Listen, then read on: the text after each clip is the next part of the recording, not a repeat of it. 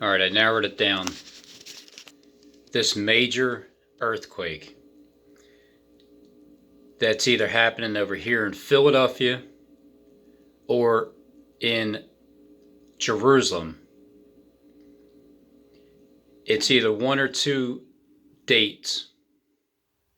It's either October 21st, 2019, or it's November 11th, 2019.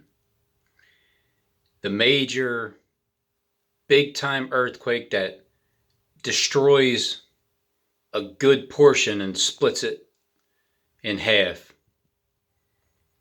Whether it happens here in Philly or in Jerusalem, or it happens just because it's referring to the Church of Philadelphia, or it happens simultaneously, both times. But it'll only happen within a 21-day period. Either the 7 and into the 8th year, going into perdition on October 21st, 2019, or 11/11/2019, which is 21 days later.